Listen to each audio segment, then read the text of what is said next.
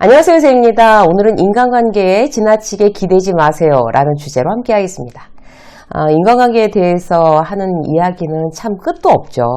우리가 살아가는 이 세상이 누군가와 끊임없이 관계를 맺는 그 과정이기 때문에 그런 것 같아요. 이게 사회적인 많은 문제들 중에서 잘못된 인간관계로 인해서 벌어지고 있는 문제가 대부분이죠. 뭐 싸움이 일어나거나 아니면 누군가에게 해를 끼치는 것도 뭐 다 이제 잘못된 인간관계, 이게 원인이 되는 거잖아요.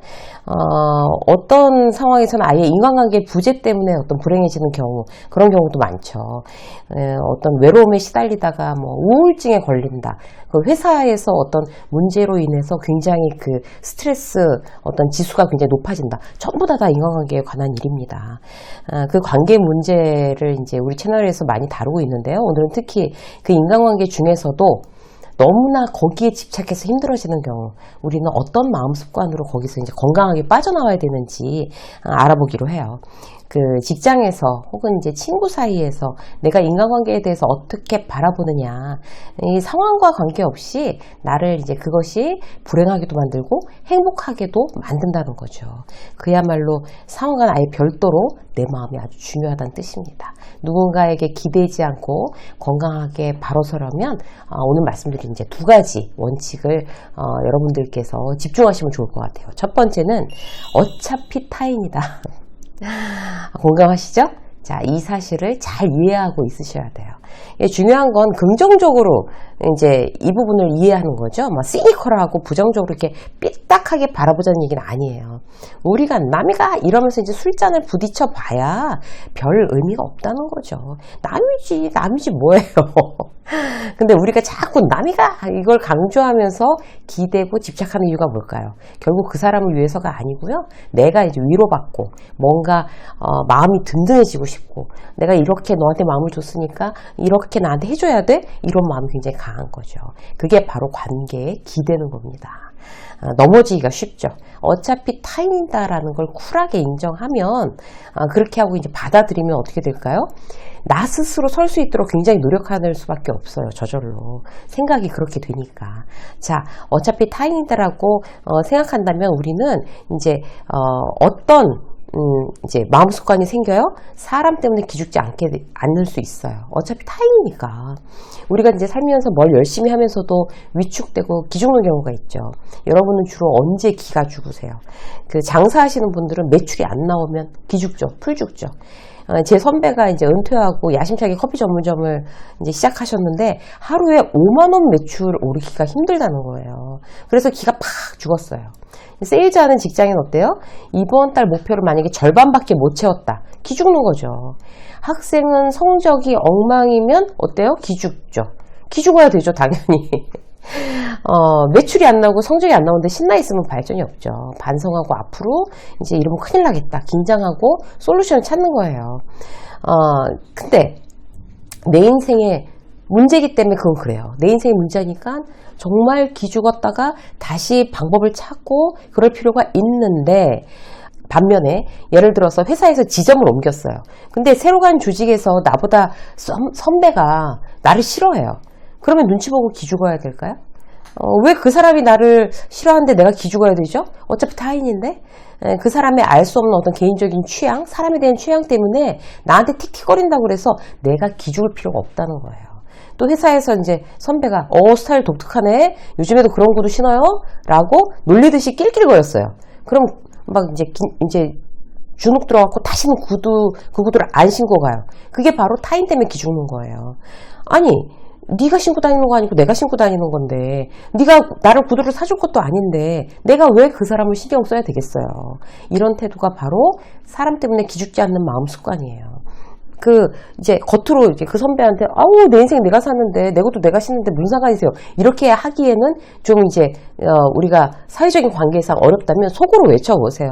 내 인생 내가 사는 거야. 신경 끄세요. 이렇게. 그 사람을 보고 속으로라도 외쳐보셔야 됩니다. 자, 두 번째는 이제 어차피 타인이다라고 생각이 되면 나를 표현할 수 있어요. 눈치를 보거나 상처 입을까봐, 아니면 관계에 문제가 생길까봐 이제 말을 안 하면 꼭 그야말로 더 큰 문제가 생기죠. 우리 그런 실수들 많이 하잖아요. 예를 들어서 이제 회사에서 내가 이제 워낙 오지랖이 넓어요. 그래서 온갖 참견을 다 하는 사람이라고 가정해 보시자고요. 팀원들 생일을 또 다 챙겨요. 막 서프라이즈 파티하려고 막 케이크도 미리 사오고 막 이리 뛰고 저리 뛰고 이벤트도 벌이고 막 기쁘게 해줘요. 그게 내 기쁨이에요. 그런데 정작 내 생일은 아무도 몰라요. 아무도 안 챙기니까 그냥 지나가요. 그럼 지나간 다음에 너무 서운하고 배신감을 느끼고 그 다음부터 회사도 싫어지고 뭐 이렇게 된단 말이에요. 유치하지만 충분히 그럴 수 있어요. 어른들도 성향이 다들 달라서 그래요. 그럼 어떻게 해야 되겠어요? 생일 일주일 이제 원래 사람들의 성향이 그렇구나, 나 같지 않구나 라고 생각되면 생일 일주일 전부터 미리 얘기하세요. 다음 주 제 생일이니까 저 축하해 주세요. 저 맛있는 거 사주세요. 전 케이크 중에서는 딸기 케이크 좋아요. 뭐 이렇게 참고하세요. 뭐 이렇게 당당하게도 이렇게 말해도 된단 말이에요. 내가 일일이 사람들 다 챙겼으니까 사람들이 웃으면서 그렇구나, 다음 주 생일이었구나, 막 우리가 챙겨줄게요. 이렇게 대부분 상식적이라면 이렇게 나오겠죠. 그게 건강한 거예요. 알아서 정말 나한테 내가 당신들한테 해준 것처럼 나한테 해주겠거니, 알아서 해주겠거니 기대하지 마세요. 어차피 남이에요. 내 마음과 다르다는 거 인정하셔야 됩니다. 두 번째는요, 온 마음을 다하지 마세요. 두 가지로 생각해 볼 수가 있는데, 첫 번째는 같이 성장하는데 초점을 맞춰야지만 우리가 이제 인간관계로 굉장히 오랫동안 잘 유지할 수 있어요. 저를 한번 돌아봤어요. 직장생활 오래 했으니까 오래도록 인연 이어오는 사람들 있잖아요. 막 20년씩 이렇게. 그런 사람들을 보면 마음을 내가 현직에 있을 때 95%만큼 준 사람보다는 한 70%, 80% 정도 준 사람들이 더 오래 가더라고요. 그 안에서도 이제 비밀을 발견했어요. 제일 포인트는 함께 성장해야지 오래 가요. 나만 성장하든지 상대만 성장하든지 그런 관계 오래 못 갑니다. 동반 성장이라는 말처럼 인간관계에서 굉장히 의미 있는 말은 없는 것 같아요. 예를 들어서 이제 회사에서 스태프들이 많잖아요. 그러면 이제 동료들이 많은데 그 중에서도 유난히 동고동락하는 그런 이제 선후배가 있어요. 같이 고생하는 거죠. 근데 내가 이제 그렇게 고생해서 나는 막 빨리빨리 승진하는데 그 친구는 별 혜택을 못 받았어요. 그러면 그 후배랑은 저절로 사이가 멀어져요. 반대로 그 후배를 막 키워주고 밀어주고 내가 엄청 서포트해서 빨리빨리 진급시켜놨어요. 인정받게 해놨어요. 근데 그 힘으로 홀라당 다른 회사로 이직해버렸어요. 그러니까 나는 그야말로 진짜 닥쳤던 게 지붕 이렇게 된 거예요. 그러면 좋은 조건으로 그 친구는 갔지만 나는 이제 힘만 쓴 거잖아요. 오히려 힘만 더 들어요. 그런 경우에 그 후배한테만 좋은 일, 나한테는 손해나는 일이 됐잖아요. 그러면 당연히 관계는 종료되기 쉽다는 겁니다.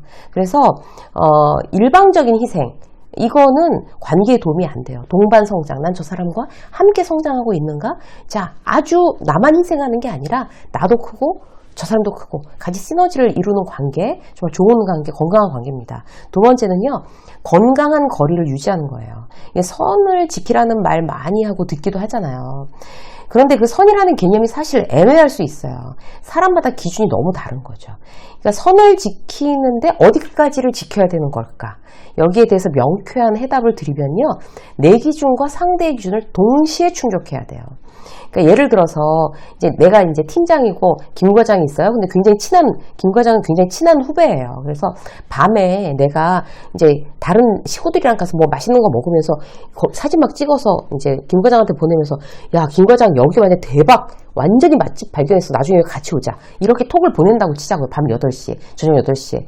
근데 나는 친해서 그렇게 보내는 거지만 그 후배한테는 어쨌든 난 직장 상사잖아요. 직장 상사가 저녁 8시, 9시에 카톡 보내는 거 좋아할까요? 개인적인 톡이라도 부담스럽죠. 그러면 보내지 말아야 되는 거죠. 그 사람 기준에 맞춰줘야 되는 거예요. 그러니까 내 기준도 맞추고 네 기준을 다 고려해서 맞추는 게 바로 건강한 선을 유지하는 일입니다. 자, 여러분들 오늘 이제 관계에 대해서 지나치게 기대하지 말아야 결국 건강한 관계를 유지할 수 있다라는 데 대해서 두 가지 원칙 말씀드렸습니다. 항상 건강한 관계를 유지하셔서 늘 행복한 여러분들이 되시기를 응원합니다. 유쌤의 직장성 오늘 여기까지 하겠습니다. 고맙습니다.